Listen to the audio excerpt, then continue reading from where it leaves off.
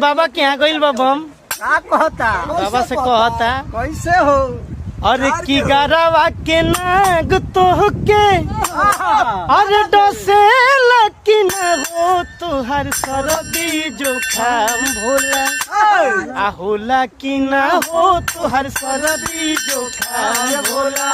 होला कि न हो तुहर सरदी जोखाम भोला गरवा के नाग तोहके गरवा के नाग तोहके डसे लकी न हो तुहर सरदी जोखाम भोला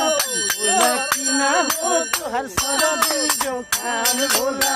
भोला कि ना हो तो हर सरदी जोखाम भोला अरे रोबिया राहुल से लेला दवाइया कहे रुसल बड़ा पंकज भैया।